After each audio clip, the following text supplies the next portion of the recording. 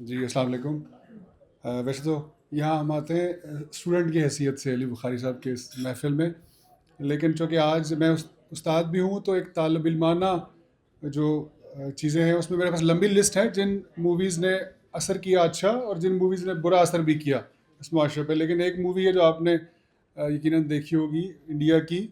تارے زمین پر۔ تو اس نے ڈسلیکسیا کو میرا خیال ہے کروڑوں لوگوں تک پہنچایا، اور جو انکلوسیو ایجوکیشن ہے وہ ایڈ ہوئی اس معاشرے میں، اور اسکولوں نے اس کو اپنے چیپٹرز کا حصہ بنایا۔ اس کے علاوہ ایک بہت لمبا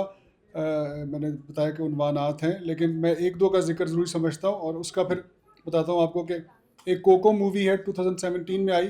جو امریکہ میں ایک ایشو تھا، خاندان اور بزرگوں اس کا احترام نہیں تھا، تو اس نے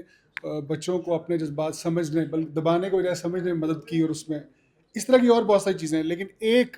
اہم چیز جو میں آپ کے سامنے رکھنا چاہ رہا ہوں کہ کچھ چیزیں جس طرح ہمارے کنٹریبیوٹرز کا تذکرہ ہو رہا تھا، اینک والا جن کا اور نیلام گھر کا اور وغیرہ وغیرہ، تو ایک کنٹریبیوٹر بہت بڑا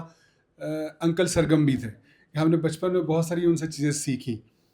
لیکن اس کے بعد اینیمیشن کی دنیا آ گئی، وہ جو کہ بہت بڑے اخراجات ہوتے ہیں۔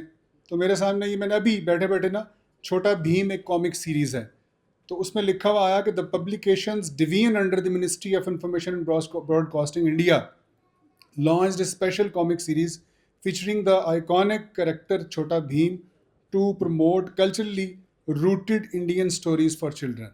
اس کا مطلب ہے کچھ کام جو ہے وہ ہم کر نہیں سکتے انڈیویجولس، کچھ کام گورنمنٹس ہی کر سکتی ہیں، گورنمنٹ سپورٹ کریں تو ہو سکتے ہیں ورنہ نہیں ہو سکتے۔ یعنی میں حیران ہوتا ہوں کہ بچوں کی بہت ساری اینیمیٹڈ موویز جس طرح بڑی زبردست، اور جو اکیڈمی ایوارڈ ہولڈرز ہیں، فروزن ہے اور بہت سارے نام ہیں، ان کا جو سب سے بڑا پیچھے